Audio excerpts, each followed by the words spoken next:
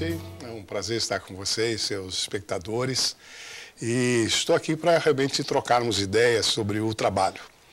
O trabalho, principalmente com esse foco de mais resultado, com menos esforço e, consequentemente, menos custo, para que nós possamos ser, então, considerados produtivos. Então, eu convido a todos os nossos espectadores, principalmente a vocês e as outras pessoas que aqui estão, trocarmos ideias sobre esta forma. Qual a importância desse trabalho, o que ele representa para as nossas vidas e também como nós podemos torná-lo mais agradável, útil, produtivo e com menos esforço. Então, estou à sua disposição para trocarmos ideias. Eu tive a bênção de estudar na França. Eu fui bolsista do Charles de Gaulle e fiz todo o meu trabalho de mestrado desenvolvendo a área de racionalização do trabalho. E quando eu voltei para o Brasil, eu então fui dar aula na FEI, né, como uma certa retribuição daquela bênção que eu tinha recebido. E o começo das aulas eu vinha com um monte de coisas novas, realmente um conhecimento que a gente não tinha aqui. Quando eu me formei não tinha aqueles detalhes, e eu quis transferir isso tudo para os meus alunos. E o começo foi muito interessante porque eu ditava a aula de engenharia e o pessoal tomava nota. Isso era um absurdo. E depois do material de um desses alunos que eu fiz, ele me emprestou, eu fiz a primeira apostila e depois saiu esse primeiro livro, Estudo do Trabalho. Poxa, que interessante. Com uma profundidade técnica que era utilizado principalmente no pessoal da área de engenharia têxtil e da engenharia de produção. E esse livro foi muito utilizado, outros professores continuaram utilizando isso, muitos empresários usavam isso até como livro de mesa, não livro de cabeceira, mas livro de mesa, por causa das fórmulas técnicas que existem nesse trabalho. E ficou durante bastante tempo.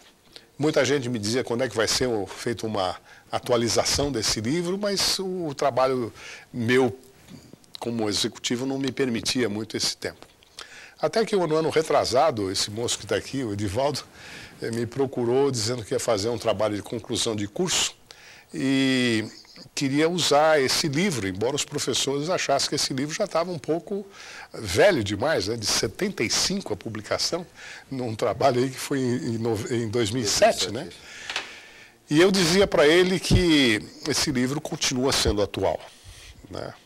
Mas depois que ele fez um trabalho brilhante que eu fui assistir, eu fiquei realmente instigado a fazer o complemento disso. Então, em janeiro de 2008, eu comecei a escrever o trabalho, né? Passei praticamente um ano escrevendo, colocando toda a experiência adicional a esse estudo do trabalho. E aí foi feita uma série de revisões, de críticas e comentários, principalmente dos mais brilhantes alunos que eu tive e pessoas que aprenderam a ser críticos e me criticavam bastante. Eu considero o seguinte, inclusive me faz lembrar as minhas primeiras fases de engenheiro que fazia as apropriações de máquinas, etc., para a diretoria decidir então a compra. Eu falhava muitas vezes porque não sabia mostrar exatamente qual era o benefício que a empresa teria ao fazer o investimento em algum novo método, alguma nova máquina, alguma coisa que fosse assim. Então, hoje, eu até começo a fazer o dossiê, eu aprendi uma coisa interessante, Neto, que toda vez que eu fazia um procedimento, alguém da minha chefia ia ler a última página para saber qual era o retorno sobre o investimento. Então, eu passei a fazer o seguinte, eu deixo a você também essa... Eu comecei a colocar o retorno sobre o investimento na primeira página, porque é aquilo que interessa. Aliás, eu aprendi também que se eu mesmo não tivesse convencido daquele retorno, eu nem colocaria. Então, eu passei a aprender a fazer o quê? A venda daquela minha sugestão, daquele novo método, daquele outro trabalho, da forma o quê? Qual é o retorno que ela realmente coloca? Qual é a produtividade que ela me mostra? Quais são os resultados que a empresa poderá obter, tanto para ela como até para os seus próprios empregados? E também tem mais uma dica para lhe dar. Quando existe uma coisa que não está funcionando, ela tem consequências de custo, que são ruins. Se você pegar esse custo e multiplicar por 1 ano, 2 anos ou 3 anos, que é quanto vai nos custar se o problema não for resolvido, aí o montante é tão grande que qualquer empresa coloca dinheiro do seu orçamento para resolver o problema. O problema é nosso em não saber vender a nossa ideia. Bom, a escola principalmente para mim, a empresa é uma escola, a escola tem que ser também com o mesmo conceito de empresa. A relação educação e trabalho é uma das coisas que nós gostamos muito de tratar. A estratégia vai depender, o resultado da estratégia vai depender de qual a magnitude de estratégia que vai ser colocada. Não vejo soluções rápidas quando você tem que mudar uma estratégia. Porque muitas vezes, numa mudança de estratégia, você também tem que mudar a cultura da organização. Você tratando da escola, você tem que mudar a cultura da direção, cultura dos professores, cultura... E isso tudo não acontece muito rapidamente. Agora, é importante que você tenha essa estratégia, que seja compartilhada com os outros players, com os outros participantes do teu processo, e ter um plano de ação muito detalhado para que dizer assim, dentro de determinado tempo, 1 mês, 2 meses, nós estamos com isto, aquilo. Um plano, para ser estratégico, ele tem que ser de longo prazo. Eu posso ter, inclusive, um planejamento tático de um prazo mais curto, mas estrategicamente eu tenho que pensar 2 anos, 3 anos à frente. Então, não dá para eu ter assim, um resultado muito grande. Aliás, muitas vezes nós sabemos que nós estamos padecendo hoje consequências de uma estratégia ruim que foi montada há 4, 5 anos atrás.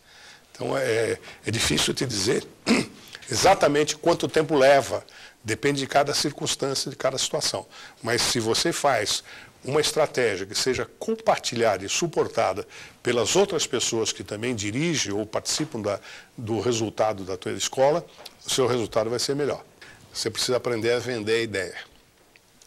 Você pode estar certo de que a sua chefia, o pessoal mais tradicional, ele vai confrontar sempre qual é o resultado final, aquilo que o americano chama de bottom line. Quer dizer, o que é o final disso tudo? Porque as suas sugestões, inclusive para melhorar as não conformidades, aqui o meu amigo Edivaldo também é especialista nessa área de qualidade assegurada junto dos fornecedores, ele pode até, se quiser complementar alguma coisa dessa ideia, você tem razões, se você disse, inclusive, que os teus clientes pedem isso, você tem a base. Você já dimensionou quanto isso vai dar de resultado econômico para a sua empresa? Ou então, como eu já comentei, como é que esse custo atual vai ter como consequência, se ele for mantido assim pelos próximos 1 ou 2 anos? Dimensione isso, mostre com fatos. Uma pessoa que toma decisão, e você vai chegar nessa posição também, a gente decide com base nas informações e nos fatos apresentados. Se você está cheio de ideias, e as ideias podem ser inclusive boas, mas você não dimensionar, você acaba sendo frustrado. E pelo que entendi, você também é novo na empresa. E novato, todo mundo sempre vai ter um pouco de receio, né? Mas ele nem conhece os detalhes, já querendo dizer aqui para o mais velho o que é para fazer. Então, prove que você tem razão.